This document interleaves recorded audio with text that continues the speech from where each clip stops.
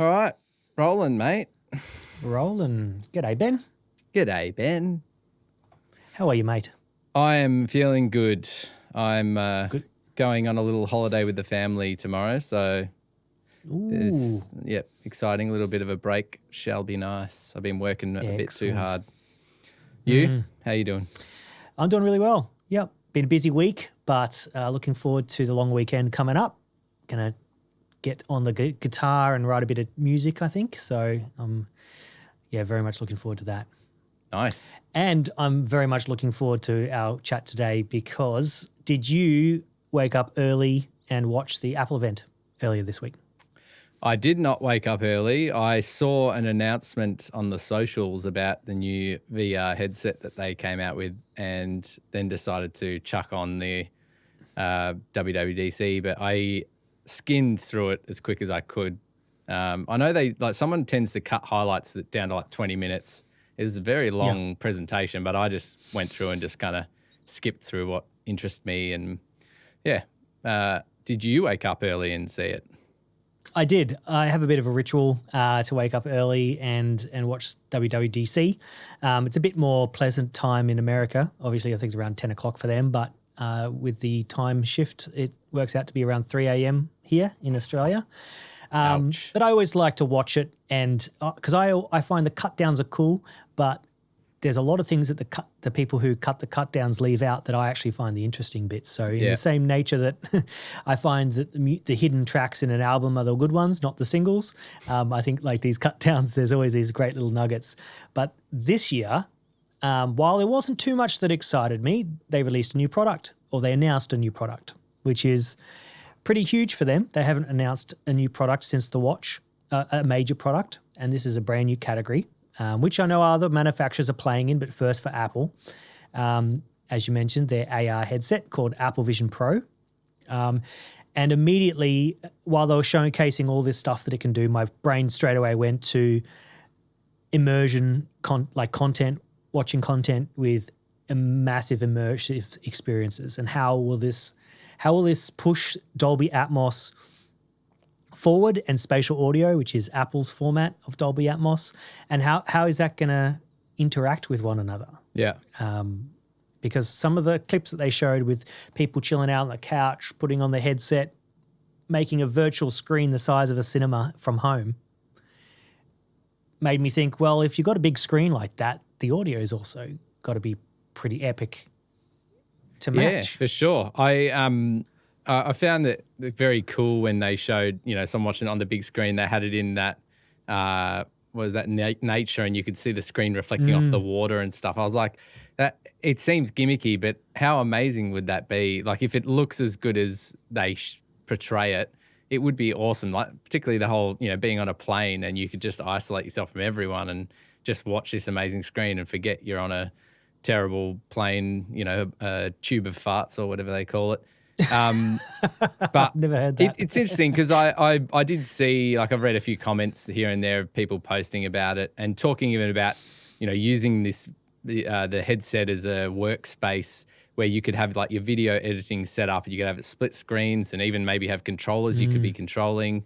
And I know we sort of mentioned that to each other in text, but they were talking about that, but also we're kind of saying who would wear a headset for multiple hours of day. And that is going to be the big thing is I watched a YouTube review from one of the big tech guys, and he said that, it was fine for half an hour, but it is all metal and glass.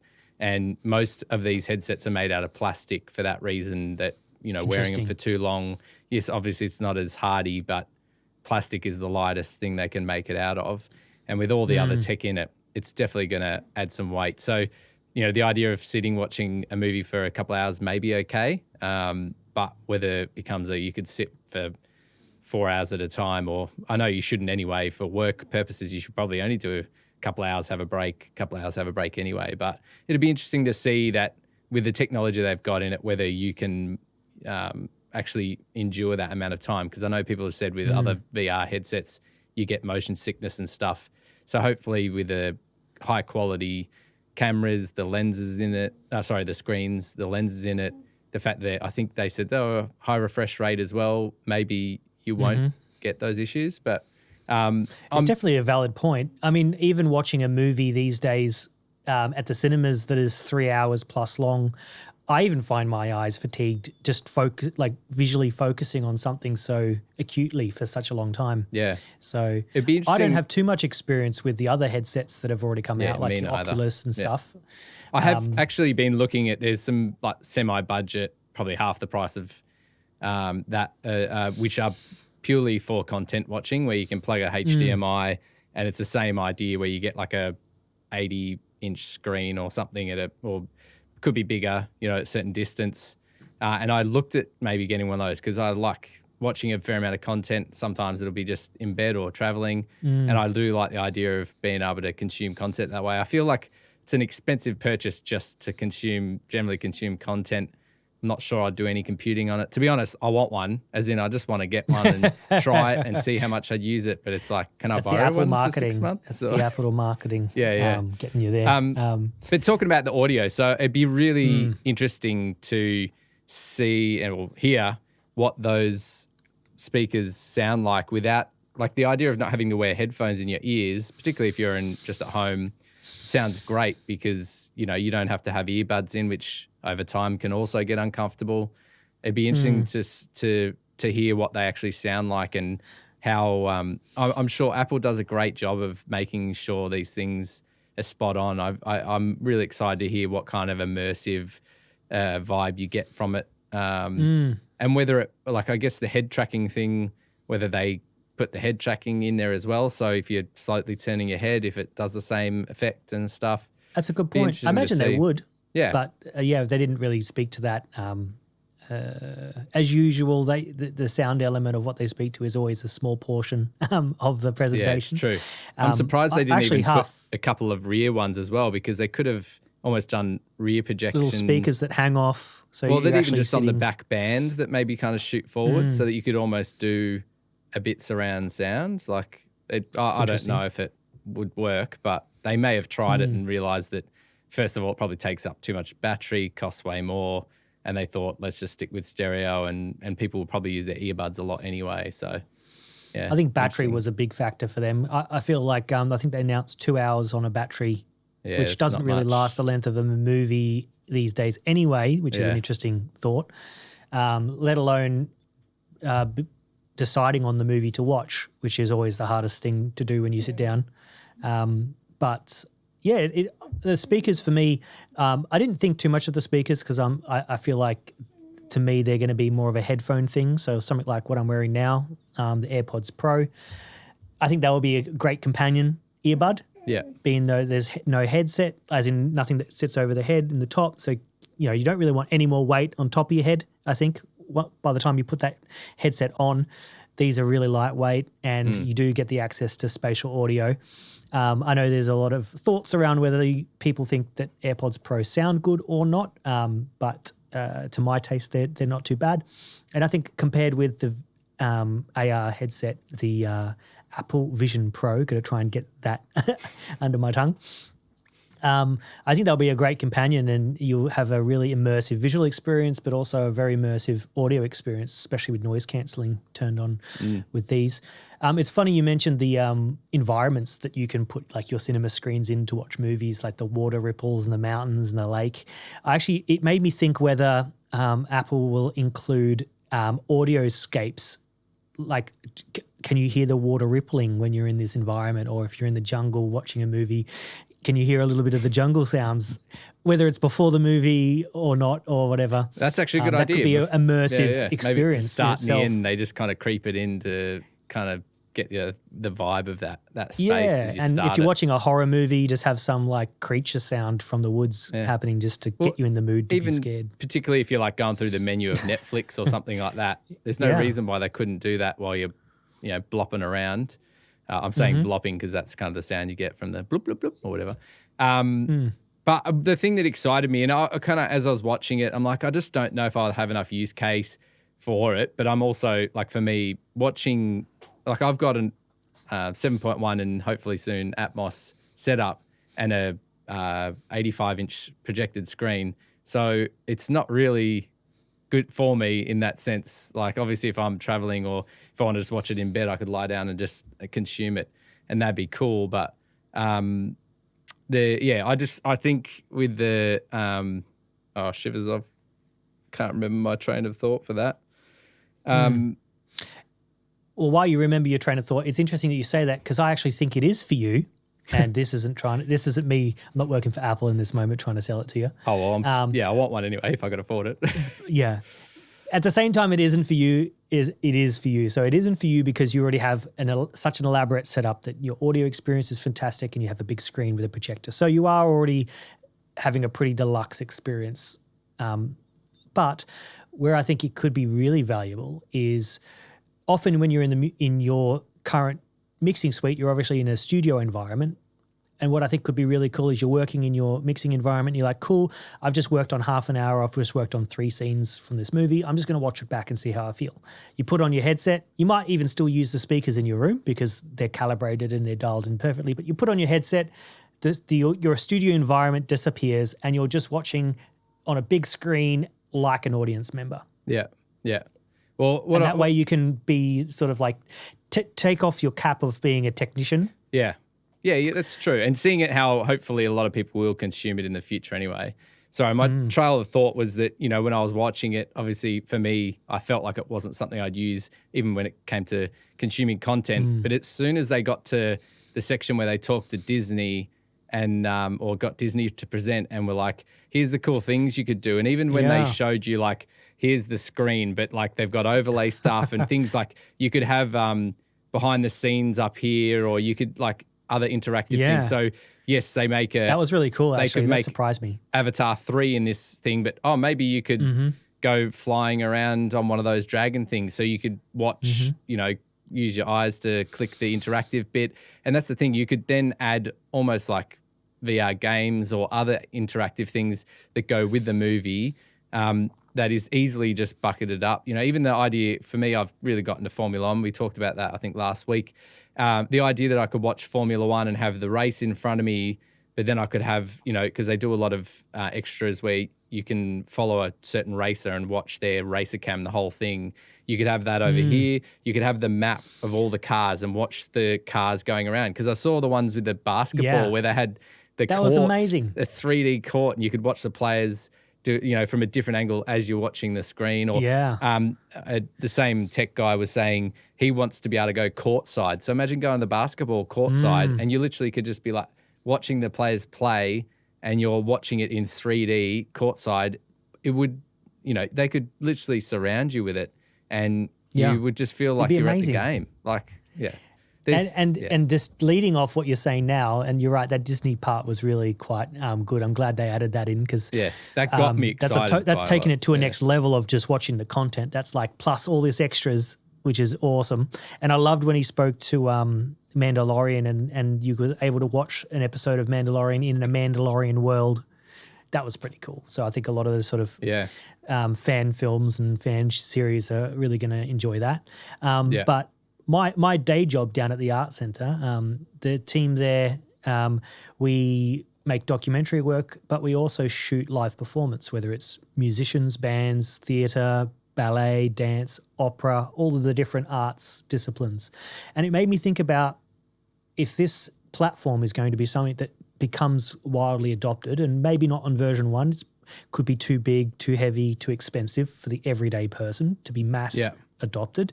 But, a couple versions time, it's cheap enough, it's light enough, it's comfy enough, and it's normal enough that the everyday household has one. It's made me think about these live experiences because we put a lot of thought into how can we make an experience that's often experienced live feel as realistic or as connected as possible when you're watching it at home. And it's made me think about, say we just recently filmed a theatre show, and theatre's traditionally experienced live actors on stage. So imagine putting on your headset, you're sitting on your couch and you're sitting in the house. So you're actually sitting amongst the crowd. You look this way and you can see blah, blah, slurping on a Slurpee over there. You look over here, there's some Maltesers being I crunched. hope they're not having a Slurpee in the theaters building. yeah, that's true. Well, hopefully, if there's Maltesers being crunched over here, you can have an option to choose how loud the Maltesers are in the settings. Maltesers. But essentially having a POV experience of a show, but you also get to choose your seat. So where do you want to experience the show from? And being able to experience it in a way that you look around and you see what you would normally see from that perspective. And from an audio point of view, you hear what you would normally hear from that perspective, or you can choose, I want the perfect sound. So give me the 2 mix. I was going to say, how many mixes do you want me to do, mate? Because you'll have to mix like I'm just keeping you employed forever. You'll have to do a Dolby Atmos mix from all 3 seats. Or at least as you do a one Dolby Atmos mix that's kind of made for like the center seat.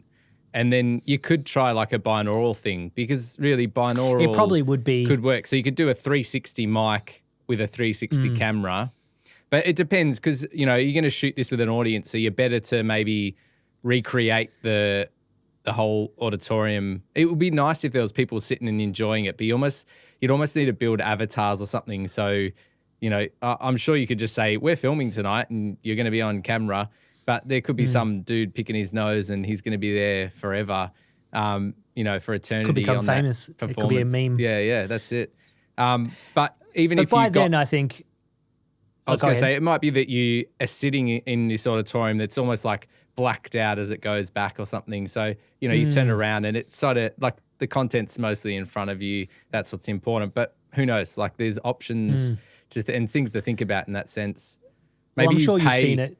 Maybe you pay a whole lot of extras to just sit in there and you say, you're all going to be on camera, so you need to laugh at these moments and you need to only look straight, never look at the camera, or, you have to pay them to never look at the camera, but you might have to paint those people out and post and stuff if they do. I think by the time that's mass adopted, I think we're going to have, and I'm sure you've seen this, it's been a viral videos on Instagram and Facebook lately of the new Photoshop's auto generative fill. Yeah. So if you haven't seen it, essentially you can now, on a Photoshop canvas, you can just circle a section and type in what you want it to be, and AI will create that part for you. So if you've got a house on a road and you want some people walking a dog on the road and there isn't people walking a dog, you just circle that spot and just type in a couple walking a dog, enter, and it will just process it and put a couple walking a dog and make it look realistic.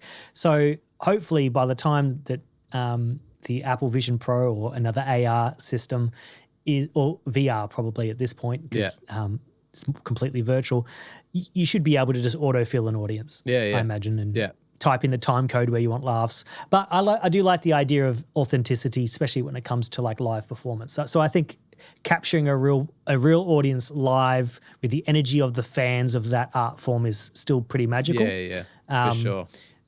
But it's definitely made me think about these experiences. Yeah, I was thinking the same thing. I was loving all this, and it just excites me because I'll be able to actually do more Dolby Atmos mixes, because these days it's difficult because not everything is getting mixed in spatial audio or Dolby Atmos because of the way people are consuming it. Obviously, it's getting wider and wider. Are you seeing more people though asking for surround mixes over time? Over like the last 24 months? I get surround, as in a lot of the film stuff I'm doing is surround. I'm doing some concerts in surround, but not so much Dolby Atmos because it's made for either theaters or something like Netflix, and YouTube's still not even got surround. It's still only in stereo. So unless you're like putting it up on sort of their actual VOD service. So there's no need for it for a lot of people's content, which is a shame. And so TikTok's not in surround yet? Yeah, that's it. I am hoping that this makes some of these, say YouTube and stuff, gives us the option to upload stuff within Dolby Atmos, because if people are consuming it on these devices, why wouldn't you give them the full spatial experience? It seems silly not to. I'm just surprised that we haven't even got surround. Obviously, there's probably lots of things to do with data and stuff. They're not really keen on giving people those options, but maybe there could be a premium upload for YouTube where it's for, say, films or people's shorts, or not just general videos. One small fact as well is I watched WWDC on my Apple TV, and I can listen to Dolby Atmos even though I don't have the height speakers, and that thing was all mixed in Dolby Atmos, which is... The event? Yeah, the event was in Dolby Atmos, which is pretty sweet. I wasn't expecting it, but as soon as the first track started... What were they putting around how are they using it? What were they putting around the sides? I was pretty sleepy at 3 a.m, so I was just sort of half awake with my iPad in bed watching it. Yeah. So most of the music parts, all the dialogue was just in the center channel, which is usual. But anything there was a lot of moments where there was music or, sounds in there, and that was obviously all. So even if it was, I'm not sure if the tracks were composed in Dolby Atmos or they just upmixed it, but all the music content, anything outside of just plain dialogue, seemed to be in spatial audio or Dolby Atmos. Interesting. Did you watch the opening scene? You know how Apple like to put like a cinematic scene at the so head of that was in WWDC? Dolby Atmos. I don't even think I watched the full thing. I kind of watched a bit of it and I was like, skip along. I wanted to just see what products they had. So, because I'm kind of excited You're about... like, okay, cool, guy chasing a bubble. Yeah, that's it. I'm more keen to see, I love that they've got a new Mac Studio. That's really exciting for me. The tower looks awesome, but who's going to pay... At that price point. Yeah, who's going to pay that much money? As in, it's just overkill. The way the Mac Studios are working for most people's, whether it's video or audio, it's just not necessary unless you're doing some heavy 3D work. I was going to say heavy graphics projects, 3D work, heavy animation, things like that for sure. Yeah. We've been talking about that at work. We're coming up to, having about 4 editing computers at the point of needing to be replaced. So we've been discussing as a team which way we think we will go. We definitely like the in and output configurations that the Mac Pro gives you. That with all those card slots, being able to customize it yourself is really handy. We often find ourselves running out of ports, and then you're into dongles and hubs. And if you've ever run a studio, you'll know that hubs and dongles and stuff is a bit of a nightmare. Yeah. I'm just glad for them to finally update the whole range of computers to be on their new processors, because it's been... I get it. I get that the new processors have gone to the consumer computers first, but it's actually the pro end users who have needed that power. So it's finally come over. Yeah, well, you say that, but I think the whole idea of those processors being so battery friendly and all that kind of stuff, and keeping the computers cool, it makes sense that it goes to the consumer really first. It was just a shame that as that was coming out, they come out with this beast tower just to appease us all, and it's obviously really expensive, but it was Intel, and now they've finally come out with their Apple Silicon version. But yeah. So I think, getting back to the YouTube thing and how it's in stereo, not Atmos. So I guess while Dolby Atmos is an incredible experience for many reasons, and I'd love to touch on some of those reasons with you in this chat today, but I think a lot of the platforms are looking at what is the user viewing or experiencing our content on. So YouTube, I think I read an article about a year ago, and it may have changed since then, but the majority of people watching YouTube are watching it on their phone or an iPad tablet, and a small portion of them are watching YouTube on their computers. So there's not many... Sorry about someone touched the gate out the back. My dog's going to go be protection dog. Yeah, that's all right. Good old... Thanks, Panda. Yeah. Go bash him. Yeah, go get him. Lost my train of thought. So considering the actual application or the destination in which these are being watched, I think Apple Vision Pro will push this user base as well. Once it's adopted a bit, I can see people putting on this headset and enjoying a few of their YouTube favorites for an hour or so. And that, to me, almost opens the doorway, as now's the point to add multi-channel audio support and Atmos support and spatial audio support to the platform. Because if you're watching on your phone, there's no real value. If you're watching on your iPad, there's not tremendous value. If you're watching on your computer, it's likely going to be people's desktops, and not everyone most people aren't like you and have a 7.1 surround system in your space.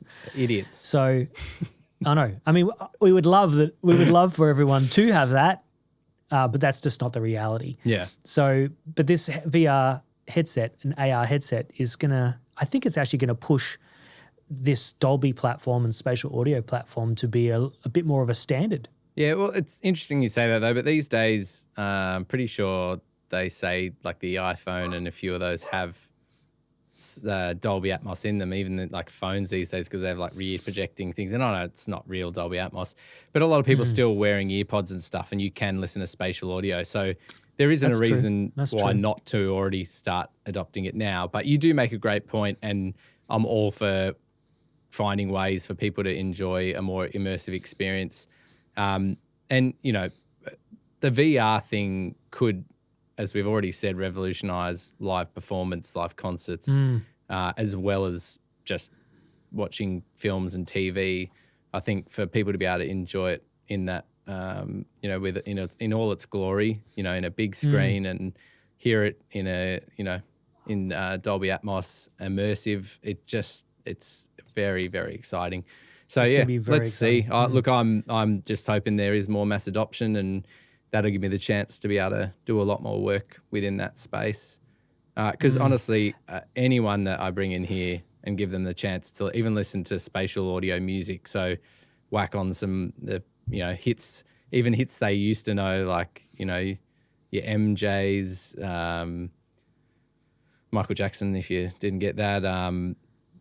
Earth, Wind and Fire, like they've just got some classics, and so even like Gladiator, the old Hans Zimmer score, things like that, they've upmixed into Dolby Atmos. But then obviously all the new stuff that's these days, I think a lot of artists are actually thinking about spatial audio while they're creating their music.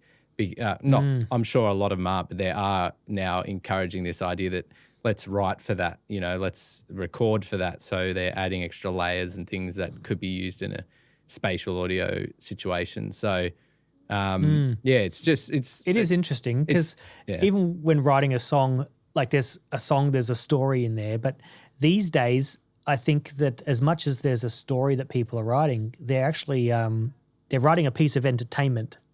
Yeah. A sonic entertainment in a way. Yeah. And that's where I think Atmos for music can be really exciting, because you're right, you do you can mix in Atmos, but if you're writing for Atmos, you're going to add in extra layers or particular parts with things in mind, like I'm going to put that over my left shoulder and do this with it, so I'm going to write that and record that extra layer. Because I imagine in the future all music will be mixed in Dolby Atmos. Atmos. I was going to try and let that slide through, but Dolby Atmos.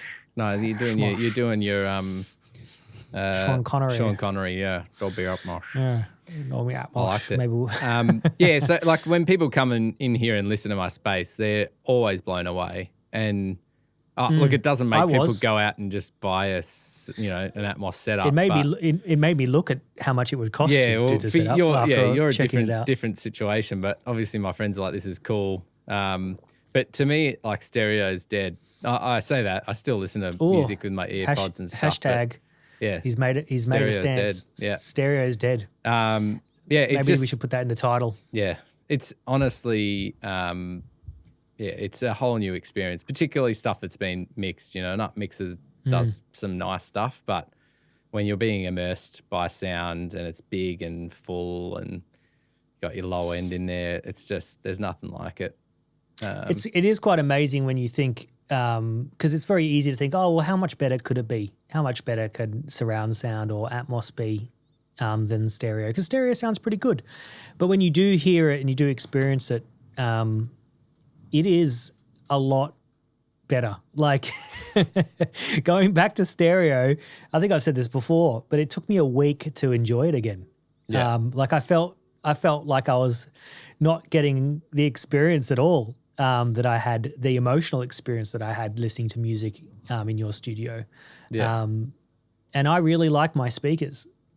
So it wasn't that I was hearing music in a crappy way. It was still very nice. Yeah, you've got the best, pretty much the best stereo setup you can possibly have, or pretty close to. But it's only there. 2 speakers, and my brain wanted more, and it was just feeling that the immersion, but also the platform allows for this is getting nerdy just for a second, but dynamic range. That you can't have the ability for a song to not be mixed as loud, or as you're not trying to.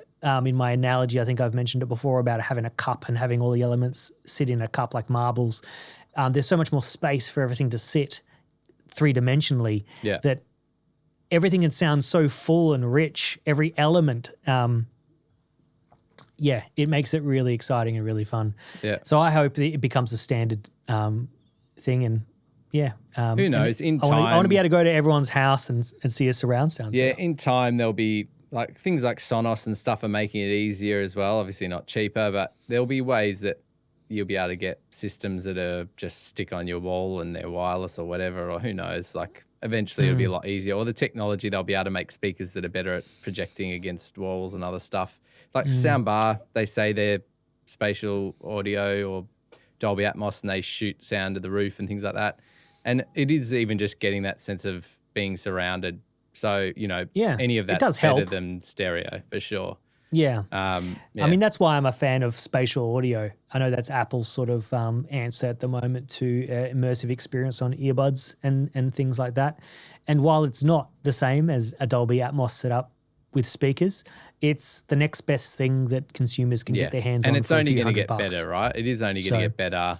They're going to, the spaces and how accurate when you do your head tracking, how much that works or how good that is going to be is only going to get better in time. So, the experience eventually, it's not going to be any different. Or who knows, we might get Neuralink and they just shoot stuff to our brain straight away and it just tells us we're listening to Dolby Atmos and then we're all good. And we don't. Are you going to get a brain chip, Ben? What's your stance at this stage? I know it's early days, but what's your sentiment at the moment? I won't be the first, but I will probably be ahead of the pack. You reckon you're going to be up there at the front fence? I'd love to have access to the whole internet in my brain instantly. That would be pretty bloody awesome. Wow. So interesting. There's elements that I love about it in terms of I can imagine there's a lot of great things that could come from it. My sentiment at the moment is I'm still the guy who's trying to work out how to get to the woods and be off grid.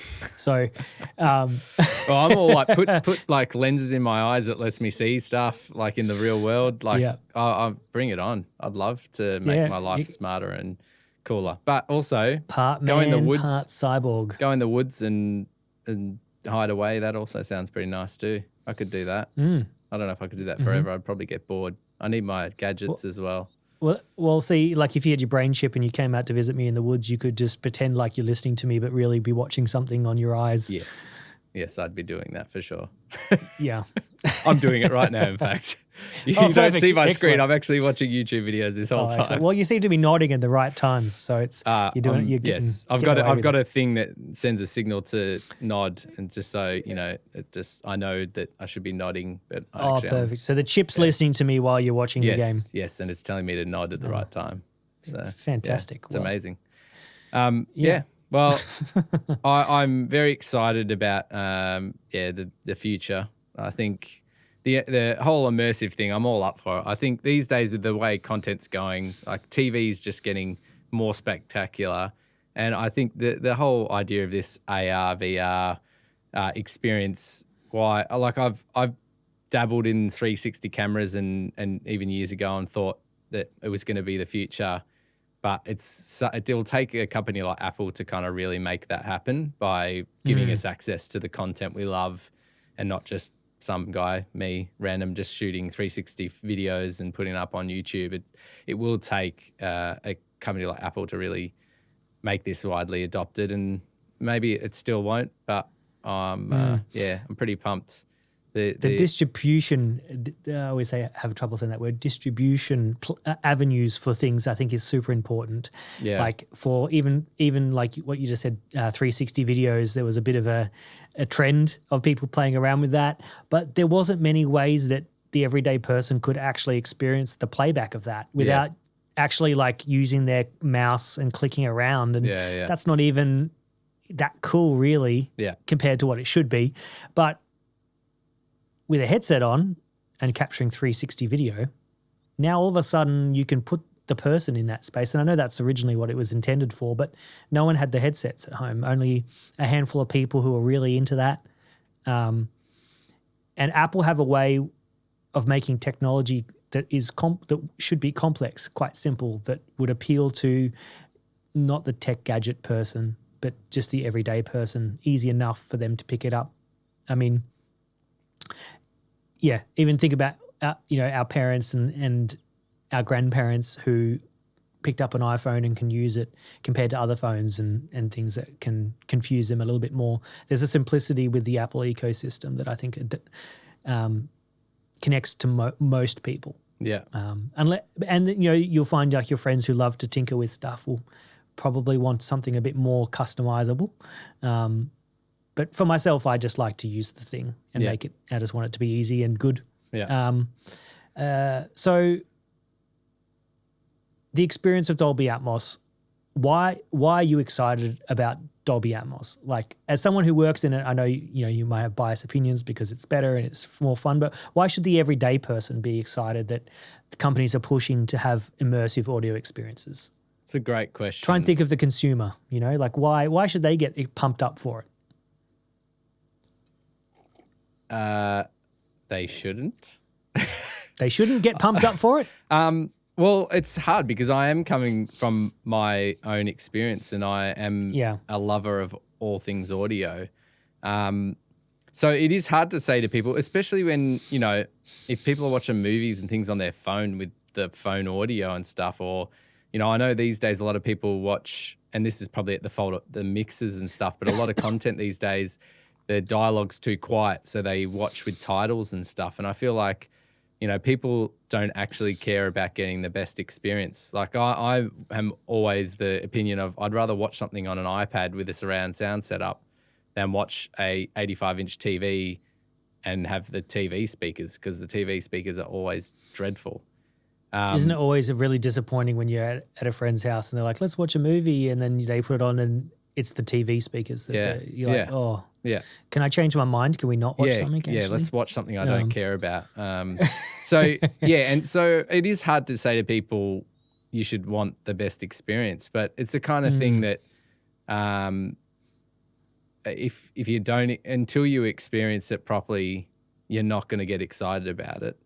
I'd say go to a cinema that's got Dolby Atmos and watch a fun movie. Like I was going to say to you, we should either go, is Mario Brothers still out? Or John Wick, I'm sure. Mario Brothers, like an animated film, is probably a perfect one because I feel like they would overuse it in a good way. I've seen some movies and they barely touched it. But it's hard because I watched James Bond with a bunch of mates, and which one was it? It was the one where is it Spectre, where they're in the forest and there's a motorbike that's whizzing around him and he's in a dark, foggy forest and there's a motorbike that's literally doing circles around him and stuff. And only I would notice, but to everyone else, they're like, oh yeah, the motorbike's whizzing around, but they don't know that I can hear that it's coming from individual speakers as it goes around. And the accuracy, it's not just like a mushy, it's at the front, and a mushy kind of, oh yeah, it's on the sides and that's somewhere behind you. It's almost like just goes, like it's the whole thing. It's almost like less pixels, it's blocky. It's like, but the good thing with Dolby Atmos, particularly if you've got lots of speakers, is you get that accurate. It's running right around you and you can pinpoint the sound. So it's, very accurate. And, hearing stuff above you when a helicopter goes across above you and it's fuller because they've got extra subs. And so it's just a bigger experience. And I guess, not everyone's going to have that at home, but until you truly experience it, it's really a hard thing to sell. You really need to go out there and enjoy a piece of content, and then you'll be like, yeah, this is actually pretty sweet. Same with even listening to spatial audio. Like the listening on the earpods is fantastic. It's a new experience. You get more dynamic range, all these things. But until you sit and have all the speakers and the energy coming from everywhere, you can't really enjoy it. But unfortunately, it's not easily accessible, as in it's not cheap to go Dolby Atmos. It's not going to be cheap. Like at the moment, I'm 7.1. It's not cheap even just to get the height speakers. Like it is expensive. So it's hard to sell as you should spend the money on a setup. But, as we said, technology is only going to make these things easier and better. And I feel like, we should hopefully cheaper. Yeah, and cheaper. And we just need to be moving forward and all that sort of stuff. But yeah, it's an interesting question because I, as a sound person, I'll be like, of course you want to listen to Dolby Atmos. It shits on stereo. Like it's just without a doubt a way better experience. But I'm trying to, the masses legitimately just watch crap on their phones with the phone speakers and they're happy. I wonder, is a comparison analogy like we got photographers who can take amazing imagery with $100,000 cameras, that technically the images is far superior to an iPhone photo, but the everyday person who put an iPhone photo next to a Hasselblad image and they prefer they might not even prefer the iPhone, but they're just like the difference between them is, they're both great images. Yeah. Particularly now you got portrait mode and things like that, like fake depth of the field. They'd be like, they both look good, and that's it. And it isn't for the masses, as in Dolby Atmos isn't for the masses because not everyone gives a rip. But there are definitely like people out there who have their own home theaters and stuff and building their own Dolby Atmos spaces. But even if you're not a lover of it that much, I still encourage people to just go out and pick the cinema that is Dolby Atmos to just, particularly the movies they love. Like if there's a film you love, if a new Star Wars comes out, you love Star Wars, or the new John Wick's coming out. I'm a big John Wick fan. I know you're not. It's a shame because I would have liked us to go see it. But they're the kind of films, like don't just wait for it to come out on your TV and just chuck it on your TV with your shitty TV speakers. People have worked so hard and spent so much money to make this amazing content, and they've had the best people building the sound design. They've had the best people mix it. Go and watch that thing in a bloody awesome cinema because you won't regret it. Like you will love the movie way more than even if you're a Star Wars fan, you're going to love the Star Wars film 10 times more if you go and see it in the cinema. I actually think even if you don't specifically know what you're listening to, like you're not actively thinking to yourself, this is in surround or Dolby Atmos or anything like that, I think the everyday person does subconsciously enjoy it more. Yeah, for sure they would, for sure. They won't even be if able they to can't pick pinpoint those. it, or they might be able to talk about it necessarily.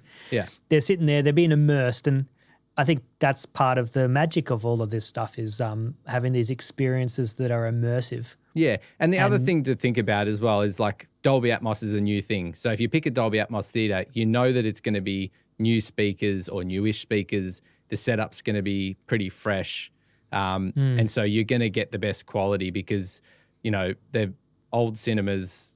You go to cinemas and there's speakers out or the horn's not working and they don't care, they don't fix it. But a Dolby Atmos theater can't be that many more years. Like I guess it's been around quite a while now, but it's still pretty new. So you're going to not only get a new experience when it comes to how many speakers are there, but they're going to be good quality speakers. You've got the extra subs in the back, things like that make it bigger and louder. And when it's been mixed for Dolby Atmos, the mix in itself should be better through that system as well. So, yeah. So there's my rant, I guess. I don't know. No, it's good. It was a good rant. I enjoyed it. So my last question, and maybe this is more like I want some tips in this, is... we're back to Ben's hot tip or whatever. We haven't had one for a while. We haven't done a hot tip for a while. There we go. We're going to throw one in. Yeah. So I'm going to pretend to be someone. So I'm someone who hasn't really thought much about audio so far when I'm watching content, but after hearing this chat, it's intriguing me. So I'm going to go watch a movie in the cinema in Atmos. I'm going to hunt down an Atmos cinema. How should I think about it? How can I draw the sound to my attention, and how can I appreciate what I'm hearing, or how can I begin that journey of learning to hear? What I'd say is you don't want that. As in, the funny thing is I've gone to see movies where I'm like, I'm going to study this movie. I'm going basically for work. I'm going to go watch this film and really take in all the sounds. Within 5 or 10 minutes, I'm just enjoying the experience. Like I'll go and then I'll get to like a certain bit and go, either a big bit or something happens and I'll go, oh yeah, I was actually coming in here to study the sound, but the story drew me in. And that's what you want. You actually do want that experience where it all draws you in. But the things to listen for, let's just say you do want to try, obviously make sure you're sitting in a good spot. I saw a picture the other day where Christopher Nolan was saying the best spot is center. And you know how I kind of say maybe a little bit forward of center, as in to the screen. Yep. He was saying you want to almost be 2/3 back in the center. Okay. I don't care. As long as you're in the center, just I feel like it depends because if you're further back, you obviously hear more of the surrounds. So if you go too far forward, you might lose the surround sound because you're so close to those front speakers. Let's not have that whole debate again. But when you sit down in the middle, you want to listen for what is in the surround. So obviously the dialogue's going to mostly be in the center and it's going to be crisp and it's dominant. That's the idea. But even the opening score will play, right? Most will start with an opening score. Listen to what's happening with that opening score because they will bring that out off the stage and there'll be ambience or whether it's reverb or certain instruments, depending on the score. If it's electronic, they may bring other stuff off the screen. But in action scenes, if you do see something coming, whether it's a plane about to fly overhead or there's a helicopter, you should notice as soon as like a helicopter's coming back over you into a shot, you would have known. But there's just moments, sometimes they might do something creative with dialogue and put it above you. It's hard to say just listen out for it because you will get drawn into the story. And that's what has happened to me, even when I've tried my best to just sit and listen. If it's a good film and it's mixed well, you will just forget it's there. But, it is a good point because also there's something to be said about not to learn too much about something you enjoy because it can ruin the thing if it's not good. So you become pickier at the thing that you're listening to. You make a good point because even I don't know if I've said to you, so I'm going to interrupt you again. But I remember watching one of the Star Wars films. I can't remember which one. And when I listened in the theater, it sounded great. I listened in my space where it's even a lot cleaner. And I was surprised how much noise they had in the dialogue channel. You could hear fans and things, and they just faded into the dialogue and faded back out. And I was like, that was odd. But obviously they just chose that we're not going to have noise throughout the whole thing. We're just like, let's just bring it in, hear the dialogue, take it out, which was an interesting choice, but that was their choice. And I was like, this is a full-on blockbuster film, and they tolerated that. They obviously wanted the performance, so they didn't want to ADR it. But I just found that really fascinating. And that is that whole thing of you're studying it. As you said, you're studying it and you're like... But the everyday person would just be watching it and say, oh, the character said this. Yeah. And that's all, that's all their brain would latch onto. Yeah. So in other words, your tip is to not get too carried away, but really just to choose choose an exciting movie that's interesting to you, go there and enjoy the story, and maybe at a few points in these big moments in the film when there's a lot going on, just think to yourself, does it feel immersive? And because really at the end of the day, a good movie shouldn't grab your attention in any way. It should throw you into the story when it's all done right. Yeah. Which I totally agree as well. There's no reason... You don't want to sit there and the sound shouldn't grab your attention because then it's pulling you out of the story. Yeah. But maybe let's just say or whatever the film is, you're watching an action film or even horror, maybe when you know that it's come up to a great action scene and there's fights going on, the dialogue's not there anymore, maybe in that moment go, all right, I'm going to stop and actually really listen for what I'm hearing and focus your hearing, focus what's coming out of the rears, focus what sounds coming out of the center speakers, focus on how the music is balanced and mixed around that. So take a moment and go, actually, this is going to be a great scene for sound. So let's stop and really like focus your hearing. Yep. Maybe even close your eyes for a little bit. I don't know if that ruins the movie for you. But one other thing could be if you really, really want to know what the experience is for Atmos, go see the film again and go see it at a shitty cinema that's surround sound but shit. And then that's a good perspective. Make the comparison. I know like that's overkill, and maybe for sound people or people who love film or love sound, and I wouldn't say everyday people should do this, but I would definitely say if you want to truly know what the experience is comparatively, go see the same film at a really dingy, still surround sound film and see if you can notice a difference. And if you can't, then stop wasting your money on Dolby Atmos and go and watch it, in the cheapest Just watch it cinema. on your iPad. Yeah. Yeah. Okay. No, well, that's a really cool tip. Well, I'm excited about AR, Dolby Atmos. Even if it's not for everyone, I think it's awesome. I find it really exciting. I enjoy hearing the clarity and the experience that it gives being very immersive. And I'm really excited to see what Apple Vision Pro and other AR, VR headsets, how that pushes the collaboration between vision and immersive audio together. And I'm excited that more content will be made with Atmos and things in as a priority. And I'm also excited about what we can do with live performance and immersive experiences. I think it's going to be an exciting years ahead. Yeah. Exploring that. Yeah. So, and clearly I'm not excited by any of this conversation. I have been so not passionate at any moment of this chat. No, that's sarcasm if anyone didn't notice that. Clearly I'm quite obsessed. Well, we need to go. Let's go see an Atmos film soon. Let's find one in the future that we're both keen on, something that's relevant, and let's do a bit of a post. Maybe we should do the comparison. Maybe we take the time to do both, or maybe we could watch something and then we could come home and watch it at home in stereo and talk about how different it was as an experience. Even if it's not the whole film, we just watch a little bit. But let's go see a film and maybe do a podcast while we're at the cinema or somewhere nearby, do one face to face. So let's hook that up. Anyway, mate. Awesome. It's been a pleasure. Thanks for getting me passionate again. Fun as always. Yeah. All right. Have a great week. Well, yeah, you too. I'll catch you soon.